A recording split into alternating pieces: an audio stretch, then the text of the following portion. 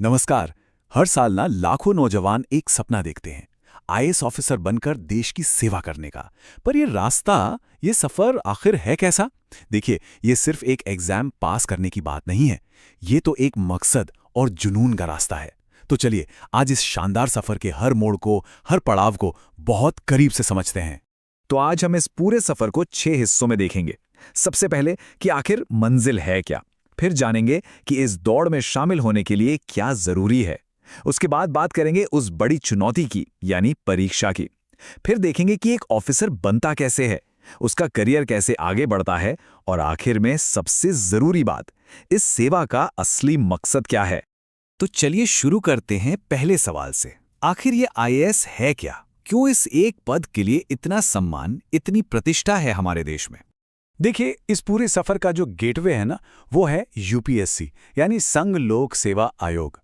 यही वो संस्था है जो देश के सबसे मुश्किल इम्तिहानों में से एक सिविल सेवा परीक्षा को कंडक्ट करती है।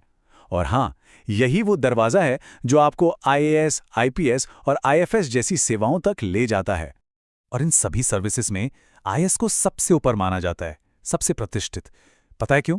क्योंकि ये वो लोग हैं जो सरकारी पॉलिसीज को सिर्फ कागजों से निकालकर जमीन पर उतारते हैं, देश की तरक्की को असल में दिशा देते हैं। आप कह सकते हैं कि ये हमारे शासन की रीढ़ की हड्डी हैं। ठीक है, तो मंजिल तो समझ आ गई, पर अब सवाल यह है कि इस रेस की स्टार्टिंग लाइन पर खड़े होने के लिए चाहिए क्या। क्या है वो जरूरी शर्तें? किसी भी एस्पिरेंट के लिए ये जानना पहला और सबसे जरूरी कदम है। एजुकेशन की बात करें तो क्राइटेरिया बहुत सीधा साधा है। आपके पास बस किसी भी मान्यता प्राप्त यूनिवर्सिटी से ग्रेजुएशन की डिग्री होनी चाहिए। और सबसे बढ़िया बात पता है क्या है? इससे कोई फर्क नहीं पड़ता कि आप आर्ट्स से हैं, साइंस से, कॉमर्स से या फिर इंजीनियरिंग से, कोई भी इस एग्जाम को दे सकता है। हाँ, अब जरा इस पर खास ध्यान दीजिएगा, क्योंकि आपकी पूरी प्लानिंग इसी पर टिकी होती है। जनरल कैटेगरी के लिए उम्र है 21 से 32 साल और आपको मिलते हैं 6 मौके। ओबीसी कैंडिडेट्स के लिए उम्र 35 साल तक है और मौके हैं 9। और एससी/एसटी कैटेगरी के लिए 37 साल की उम्र तक आप कितनी भी बार ये परीक्षा दे सकते हैं। तो एक बार एलिजिबिलिटी चेक हो गई, तो फिर सामना होता है असली चुनौती का, एग्जाम का। और ये कोई 100 मीटर की दौड़ नहीं, ये एक मैराथन है जिसके 3 पड़ाव हैं। लेकिन घबराने की बात नहीं, सही स्ट्रैटेजी हो तो इसे पार किया जा सकता है। जैसा मैंने कहा, इसके 3 स्टेज हैं। सबसे पहला है प्रीलिम्स। उसे क्लियर किया तो आता है मेंस, और अगर मेंस भी पार कर लिया तो आता है आखिरी पड़ाव, पर्सनैलिटी टेस्ट, जिसे हम सब इंटरव्यू के नाम से जानते हैं। ये तीनों हर्डल्स पार करने जरूरी हैं।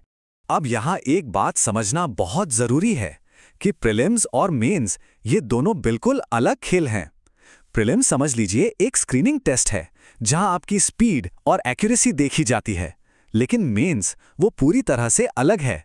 वो आपके ज्ञान की गहराई, आपकी एनालिटिकल स्किल्स और आप कितना अच्छा लिख पाते हैं, इसका टेस्ट है। और याद रखिएगा, आपकी फाइनल रैंक मेंस के नंबरों पर ही टिकी होती है। तो जो लोग मेंस क्लियर कर लेते हैं, उनका अगला स्टॉप होता है नई दिल्ली। यहाँ होता है इंटरव्यू। पर यह सिर्फ सवाल जवाब का सेशन नहीं है। यहाँ एक पैनल आपके ज्ञान के साथ साथ आपकी पर्सनालिटी, आपकी लीडरशिप क्वालिटी, आप फैसले कैसे लेते हैं और दुनिया में क्या चल रहा है, इसकी कितनी समझ रखते हैं, ये सब परखता है। असल में वो देखते हैं कि आप एक ऑफिसर बनने के लायक हैं भी या नहीं। तो सोचिए, इतनी बड़ी परीक्षा, इतने पड़ाव पार करने के बाद क्या होता है? उसके बाद शुरू होता है असली ट्रांसफॉर्मेशन, एक एस्पिरेंट से एक ऑफिसर बनने का सफर।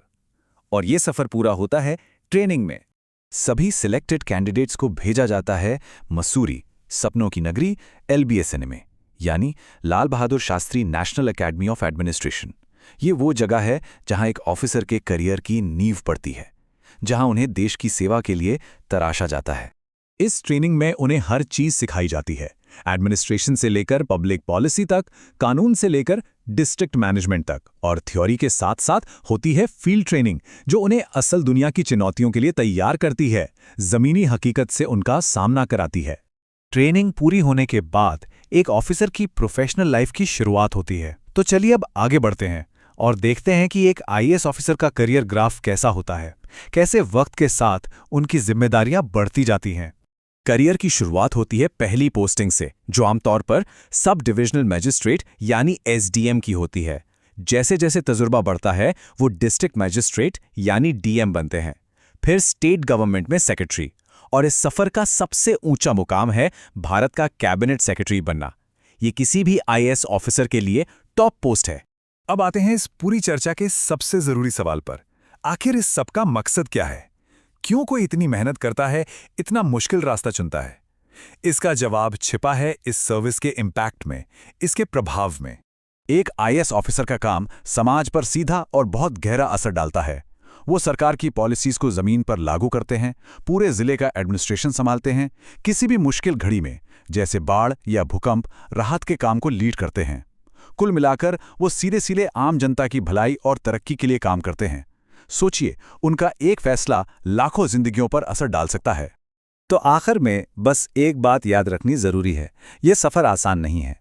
इसमें जबरदस्त मेहनत, अनुशासन और पूरा समर्पण लगता है। ये वाकई एक मैराथन है, पर अगर इरादा पक्का हो तो ये मंजिल हासिल की जा सकती है। तो हमने सफर के हर मोड़ को देखा, हर पड़ाव को समझा। अब सवाल ये उठता है कि जो भी इस रास्ते पर चलने का फैसला करता है, वो देश को बनाने में, उसे एक नई दिशा देने में अपनी क्या भूमिका निभाएगा।